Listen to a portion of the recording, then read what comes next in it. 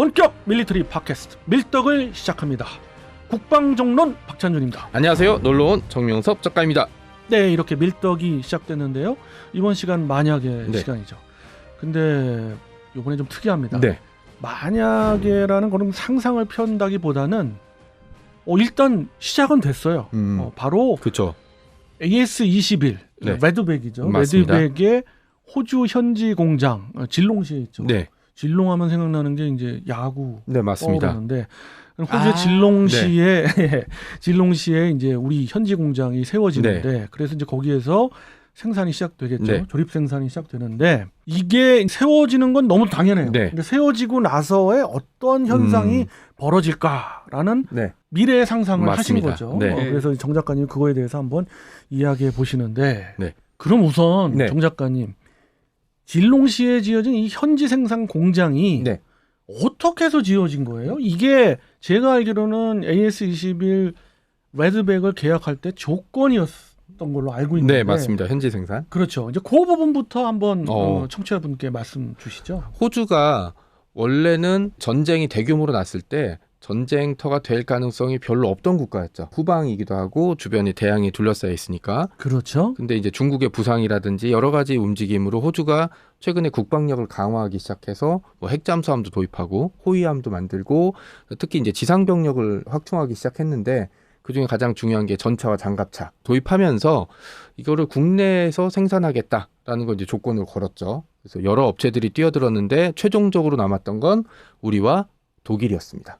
4개 업체가 네. 경쟁을 했는데 네. 그 사람들도 전부 이 조건은 다 받아들였어요. 그러니까 뭐 다른 에피소드도 얘기했지만은 방위 산업에 대한 거래를 할 때 조건이 많죠. 절충 교역도 있고 이런 식으로 기술 우리 이전. 네. 기술 이전 해달라 또는 우리 국내의 산업을 발전시키고 기술 이전을 위해서 현지 공장까지 맞습니다. 세워달라 뭐 이런 것들이 있어요. 네. 거기에 이제 조건을 호주가 되니까 호주 같은 국가 하면은 벌써 어느 정도 그레이드가 있는 국가고 네. 자기들의 방위 산업도 또 그 기술도 갖고 싶은 거예요. 그리고 그럴 능력이 있어. 또 철 생산이 엄청난 맞습니다. 국가 아닙니까? 그렇지만은 기술적인 기반은 없는 맞습니다. 거예요. 네. 거기다가 호주에서 뭐 M113이랄지 예전에 사용하던 장갑 차량들을 네. 다 대체해야 되니까 네. 이 부분을 대체하기 위해서 차기 장갑 차량으로 업체를 선정했는데 4개 업체가 경쟁을 했는데 다 똑같은 조건이었는데 2개 업체는 여러 기술적인 부분으로 애저력에 떨어뜨렸고 최종 링스와 네. 우리 레드백이 네. 엄청난 경합을 했잖아요. 그때 기억나는 게 우린 들러리다. 설마 우리랑 독일이 했는데 호주가 우리를 선택하고 독일을 버리겠냐. 라인메탈 링스 그렇죠. 하면은 딱 먹어주니까. 저는 이런 상상을 했어요. 내가 좀 연식이 있는 네, 사람이니까.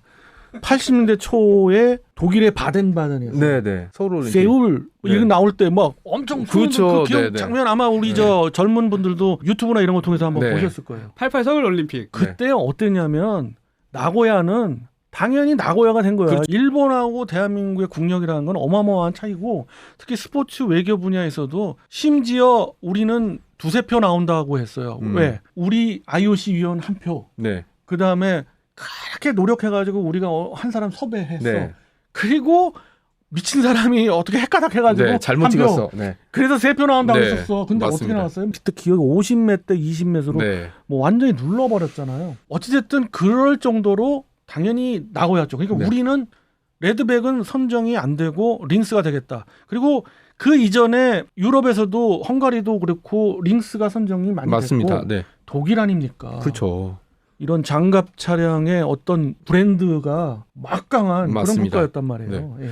그래서 저도 처음에는 우리는 들러리고 그냥 우리가 옛날에 했던 것처럼 낚시하려고 호주 애들이 그랬구나 라고 했는데 갑자기 우리가 선정됐다 그래서 조건을 막 퍼줬나? 좋게 했나? 이렇게 생각했는데 알고 보니까 링스보다 단가도 비쌌고 우리가 심지어 링스 쪽에서는 나중에 안 될 것 같으니까 호주에 공장을 세우고 자기네 독일 쪽에서 사용할 링스를 역수입하겠다 라고까지 했는데 우리가 이겼어요. 그러니까 너무 놀랬다가 그 다음에 그 조건 중에 하나가 이제 호주 현지 생산이니까 당연히 질롱시에 공장을 세우고 마침 이 앞에 선정됐던 게 AS9이라고 불렀던 K9 자주포. 그다음에 K10도 현지 생산을 해야 되니까 그 조건으로 이제 질롱시에 현지 생산 공장이 만들어진 거죠. 호주는 K9 같은 경우는 한 십몇 년 전부터 얘기가 좀 나왔었죠. 놀랐는데 이 레드백보다는 가능성이 좀 있었죠. 네, 네. 왜냐하면 그때 K9은 전 세계적으로 50% 이상의 마켓 시어를 차지하고 있었을 뿐더러 이게 한번 1차를 우리가 거의 다 됐다가 호주가 미안해 이번에 못해.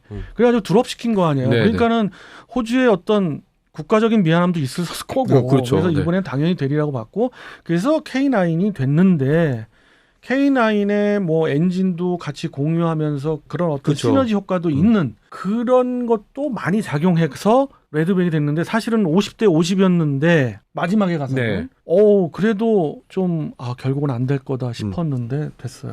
그리고 그 결과물이 대한민국 방산업체 최초의 해외 생산 공장이 저는 만들어지면 동남아나 이런 데서 만들어질 줄 알았는데 뜻밖에도 호주에서 만들어졌어요. 그러니까. 네. 예. 그렇습니다. 그래서 뭐 삽을 뜯는 그런 그죠. 장면이 나오고 영상도 좀 봤는데 그럼 본격적으로 네. 이게 뭐 지어지는 건 기정사실이니까 네, 네. 그래서 현지 공장이 세워지면 어떻게 될까요? 일단 우선은 뭐 당연한 거지만 호주의 AS21을 위한 네. 생산은 됩니다. 그렇죠. 예. 그 이유는 어떻게 될까요? 그러니까 일단 레드백까지 생산이 되면 생산 수량이 다 맞추면 공장을 이제 놀릴 거냐? 그럴 수가 없는 게 이제 호주 현지 사람들을 채용했을 거 아니야. 그리고 호주 업체들이 들어왔는데 이거를 100몇십 대 생산하고 끝내겠냐는 아닐 거고 호주에서 만들어낸 AS21을 해외에 수출할 때 그러면 우리만 뛰느냐? 호주도 같이 세일즈 하겠죠. 그런 이점이 있고 그러니까 저는 이거를 농담 삼아서 1+1이라고 부르거든요. 그리고 이제 호주라는 국가가 태평양 지역에 있긴 하지만 인종이라든지 어떤 정서적인 측면에서는 유럽과 굉장히 연결돼 있거든요. 그 방산 물자의 대부분도 미국제 아니면 유럽제를 들여왔기 때문에 우리가 반대로 유럽의 방산 물자를 수출할 때 호주의 생산 거점이 아주 큰 이점으로 작용할 수 있다라는 게 첫 번째 제 생각입니다. 예, 그럼 뭐 쉽게 생각할 수 있는 부분이 있을 네, 거예요. 그렇죠. 예. 네. 그렇지만은 그렇게 되는 측면도 있는데 또 하나는 이젠 당장은 그렇게 생각이 안 드는 게 네. 저는 호주군의 이제 편제를 전부 아니까 네, 네. 지금 양산으로는 부족하거든요. 원래 부족해요? 네. 원래 계산이 400대였는데 지금 130대 부족해서 정도니까. 추가 양산은 분명히 있을 거다. 네. 그게 첫 번째로 당연히 따라 들어가는 부분이고 그죠. 그랬을 때 질롱에 세워진 현지 공장에서 계속 추가 양산이 나올 거고 그 이후에는 정 작가님 말씀대로 그런 측면도 물론 있겠습니다만은 결국은 저는 그러니까 이게 만약에 이코노지만 제 생각으로는 네.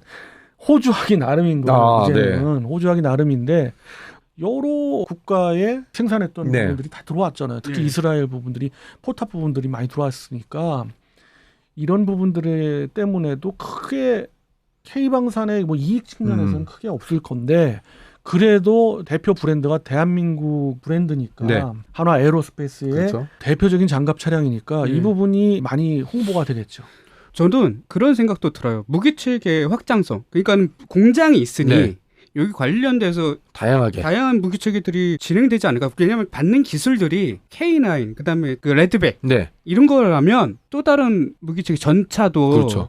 좀 확장성 있게 나중에 호주에서 생각해 볼 여지가 있지 않을까라는 또 생각도 들거든요. 만약에 그렇게 된다면 다양해질 것 같아요. 왜냐하면 기존 시스템에서 추가만 하면 되는 거니까. 맞습니다. 네.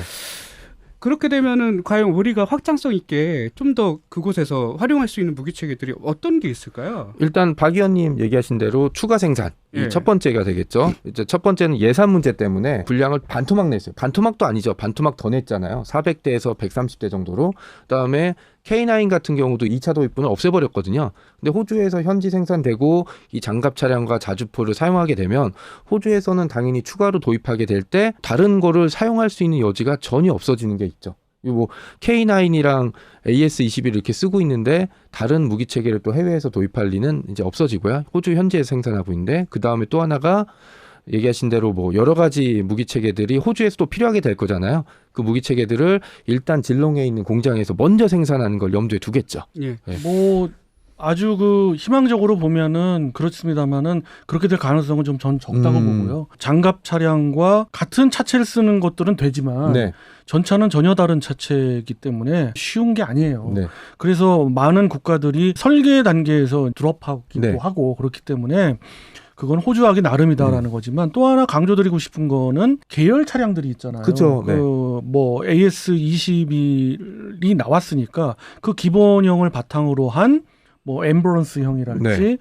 그리고 또 박격포. 하나는 네. 지휘형 네. 장갑 아. 차량 또 박격포형도 물론 있을 그죠. 수 있겠지만 더구나 더 중요한 게 이제 군안 차량 같은 거 아. 이런 것들은 M113 정도 수준으로 AS21을 예를 들어서 군안한다? 네. 아, 어려워요. 불가능하죠. 어렵기 네. 때문에 그거에 대한 계열 차량은 반드시 따라갈 것 같고 그래서 되긴 되겠지만은 앞서도 말씀드렸듯 이건 호주하기 나름이다. 아, 저는 네. 그렇게 봐요. 예.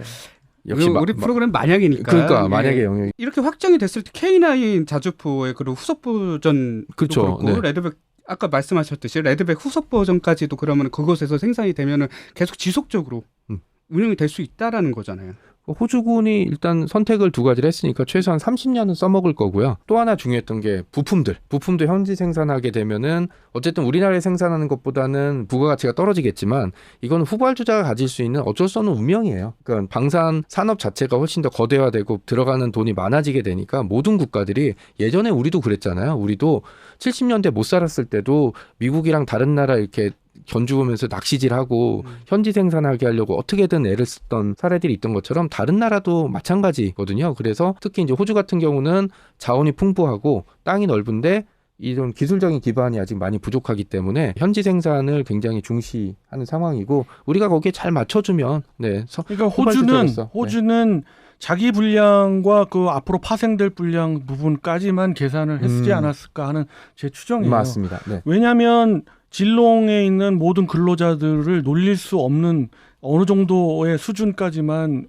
일단 생각한 거지 그 이상 거는 앞으로 키워나가야 되는 부분이고 근데 그러면 대한민국은 반대로 이제 이야기하면 대한민국은 그럼 어떤 이득이 있느냐 네. 저는 보이지 않는 이득은 굉장히 크다고 그럼요. 보는 게 네. 우선 일단 AS21이 전 세계적으로 알려졌어요. 링스를 이겼다는 장갑 차량으로 네. 그렇기 때문에 호주 하면 어떻습니까? 영연방 그쵸, 국가니까 네. 그래서 뉴질랜드나 캐나다에서 관심을 가질 수가 있어요. 네. 물론 영국은 에이젝스로 갔지만 네.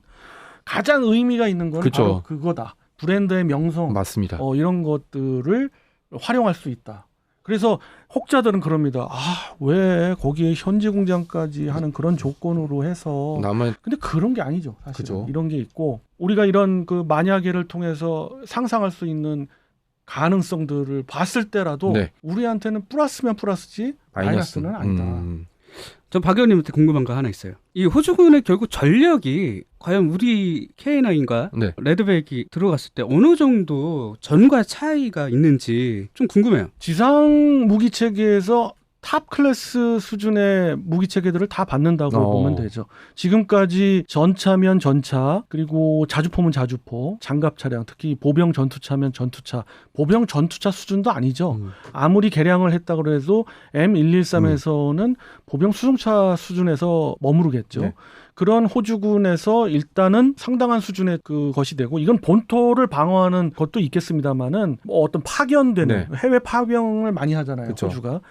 또 서방의 어떤 국가 나토의 일원으로 파병을 많이 하는데 거기에서도 큰 역할을 할 수 있게끔 하는 것에 우리의 브랜드가 들어갔다는 거죠. 그럼 앞서 김 PD님 그런 부분은 저도 굉장히 동감하는데 전차를 얘기하셨는데 뭐 전차가 진롱에서 생산한다라기보다는 K2 흑표가 호주의 차기 전차로 생각이 될 수도 있는 부분이죠. 왜냐하면 대한민국을 통해서 지상무기 체계에서 이렇게 자주포와 장갑 차량에 성공을 했는데 이런 동일한 조건으로 해주셔 했을 때 얼마나 메리트가 있겠어요. 호주 입장에서는. 한국산 무기 맛보면 쉽게 못 끊어요. 그럴까요? 네, 그죠. 거기다가 또 하나 되는 게 저는 상상해 본 게 호주군 깃발을 걸고 AS21이 해외 파병이 됐어. 그럼 이제 영상이나 뉴스에 나오면 사람들이 저 뭐야? 야, 생긴 건 독일제인데 한국에서 만들었대. 한국에서 만들었다고? 근데 심지어 저게 독일제 링스를 이기고 채택된 거래. 이 국가가 차별하는 건 아니지만 이게 뭐 남미라든지 다른 나라보다 그 어떤 나라보다 파급효과가 엄청 큰 거죠. 네. 그렇죠. 보병 전투차에서 산업형으로 봤을 때 반도체를 아마 예를 든다면 삼성이 메모리형 반도체에서 가장 전 세계 브랜드를 각인시킨 건 뭐예요? 다 모든 걸 최초로 막 만들기 시작했습니다만 256 메가디램을 성공하면서 야 이제 꺾었다. 이제 대한민국이 이 시장을 다 장악했구나라고 하잖아요. 그렇듯 AS21이 그럴 가능성이 있는 거죠. 거기에다가 AS21을 뛰어넘는 것도 분명히 있을 수가 있어요. 우리 고유의 AS21을 가지고 우리 한반도 환경에서 한번 작전 수행을 하기 위해서 여러 가지 테스트를 해봤잖아요. 근데 결국은 AS21의 장점만 모으고 새로운 추가적인 K21의 차기 개량형을 개발하는 쪽으로 방향을 바꿨잖아요. 그것도 하나의 큰 이유예요. 거기에서 나오는 장갑 차량도 엄청난 명품이 될 수가 있고 세계 시장을 두드릴 수도 있고 그렇죠. 그러니까 처음에 AS21이 나왔을 때 저게 우리 군에선 못 쓸 것 같고 어떻게 될까? 뭐 이렇게 했는데 호주에서도 채택되고 호주에서 채택된 걸 계기로 다른 나라에서도 많이 사용이 돼서 K방산에 새로운 전설을 써내려갔으면 하는 바람이 있습니다. 네. 뭐 그 정 작가님이 야구를 보다가 이걸 생각해내셨는지 모르지만 아주 신선한 그런 아이디어를 주셨는데 만약에 같지 않지만은 만약에일 수도 있는 아주 그렇죠. 경계선상에 있는 이런 아주 신선한 이야기를 가지고 이번 에피소드에서 한번 이야기 나눠봤고요. 다음 시간에는 이렇게 또 경계선에 있는 것들도 한번 이야기해보는 그런 시간도 가져보도록 하겠습니다. 청취자 여러분 다음 시간 기대하면서 이번 시간 마치도록 하겠습니다. 청취자 여러분 안녕히 계세요.